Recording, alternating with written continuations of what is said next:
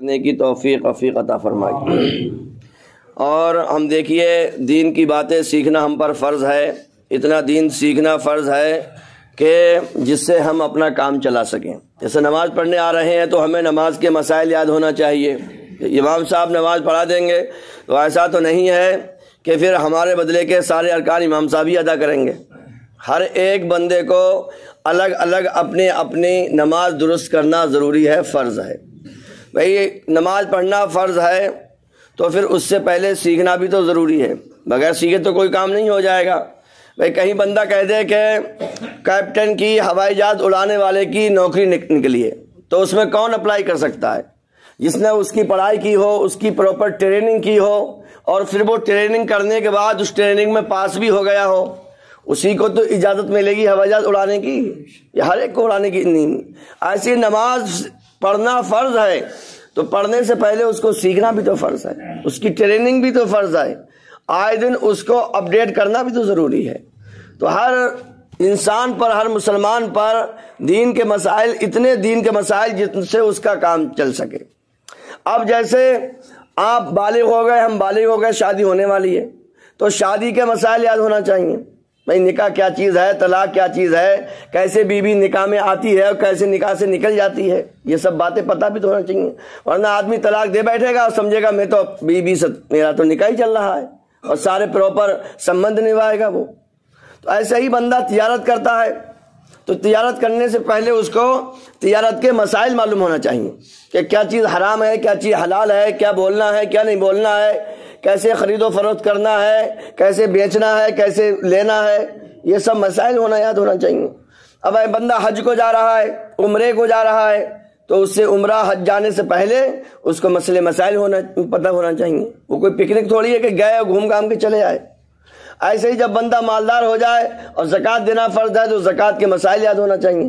بھئی کسے زکوٰۃ دوں گا، کس کو زکوٰۃ نہیں دوں گا، کب زکوٰۃ فرض ہے، کب نہیں فرض ہے، کس کو دینا چاہیے، کس کو نہیں دینا چاہیے۔ تو یہ سب مسائل ہیں، ان کو فرض علوم کہا جاتا ہے۔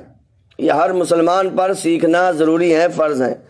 عالم بننا فرض نہیں ہے ہر ایک پر، مگر ہر ایک پر اتنے مسائل، اپنے ضرورت کے مسائل ہر بندے کو سیکھنا فرض ہے، چاہے وہ مرد ہو یا عورت ہو۔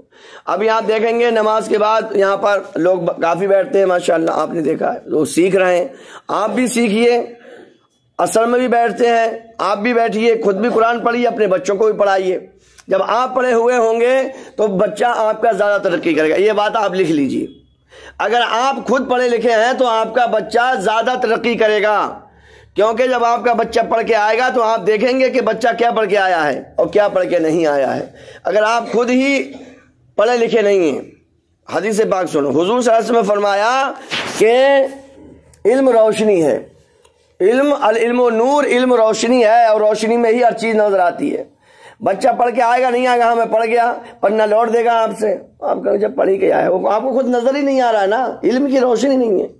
علم کی روشنی جن ماں باپ کے پاس ہوتی ہے، اس لیے آپ دیکھیں گے جو زیادہ ہائی اسکول ہوتے ہیں اس میں ماں باپ کو پڑھا لکھا مانگتے ہیں، کیونکہ جب ہم ہوم ورک دیں گے تو کرائیں گے تو ماں باپ ہی۔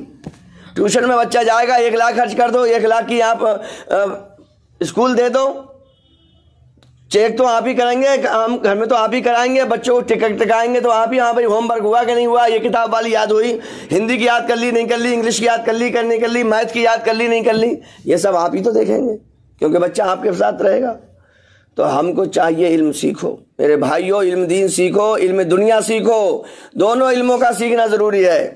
دنیا داری کا علم بھی سیکھنا فرض ہے اور آخرت کا علم سیکھنا بھی فرض ہے۔ جو بھی چیز سیکھیں گے آپ نیک نیتی سے، وہ سب دین کا علم ہے۔ انگریزی، ہندی، میتھ، گڑت، کچھ بھی سیکھو، آپ اچھی نیت سے سیکھ رہے ہیں، اللہ کو راضی کرنے کے لیے سیکھ رہے ہیں تو وہ بھی دین کا ہی علم بن جائے گا۔ اس لیے میرے بھائیوں نمازیں درست کر لو۔ اب تو موبائل آ رہے ہیں، موبائلوں میں نمازیں آ رہی ہیں، آپ اپنے گھر میں رضائی میں لیٹے لیٹے اپنی نماز درست کر لو۔ نماز درست کیجئے، اس سے غفلت مت کیجئے۔ یہ نہیں ہے کہ ہم مسجد میں نماز پڑھنے آ گئے، چل نماز ہماری غلط ہے یا صحیح ہے۔ بھائی صاحب صحیح ہی چیز قبول ہوتی ہے، اس کو نماز میں آتے رہیے، مسجد اپنی نمازوں کو درست کرتے رہیے، دنیا کا کوئی بھروسہ نہیں ہے، ہماری زندگی کوئی بھروسہ نہیں ہے، کب چلے جائے۔ ہر انسان کوشش کرتا ہے میں اپنے بیٹے کے لیے یہ گھر بنا دوں، یہ پراپرٹی خریدوں، یہ کر لوں، وہ کر لوں۔ ارے بھائی صاحب، اس سے زیادہ آخرت کی سوچیے کہ میرے بچوں کی آخرت کتنی بن رہی ہے۔ نماز ایک دوسرے کا سوال کیا کرو۔ بیٹا اگر باپ سے پوچھا آج ابو نماز پڑھی ہے تو آپ اس کو شاباش کو، بیٹا بہت اچھا، اللہ آپ کو جزائے خیر عطا فرمائے، تم نے مجھ سے بہت اچھی بات پوچھی۔ ڈانٹنا نہیں ہے، آپ اپنے بچوں سے پوچھیے بیٹا آج ظہر پڑھی نہیں پڑھی، عصر پڑھی ہے کہ نہیں پڑھی، مغرب پڑھی ہے کہ نہیں پڑھی ہے، عشاء پڑھی ہے کہ نہیں پڑھی۔ بیوی سے پوچھو، بیٹی سے پوچھو، اور بیٹی آپ سے پوچھے، بچے آپ سے پوچھیں، آپ سے پوچھیں، ایک ماحول بناؤ۔ آج ہم دین سے بہت دور ہو چکے ہیں، بہت دور ہو چکے ہیں۔ آپ اپنے اپنے گھروں کا جائزہ لیجئے کہ کتنے گھروں میں نماز کا ذکر ہوتا ہے۔ پہلے شادیاں ہوتی تھیں مسجدوں میں، بیٹے پسند کیے جاتے تھے مسجدوں میں۔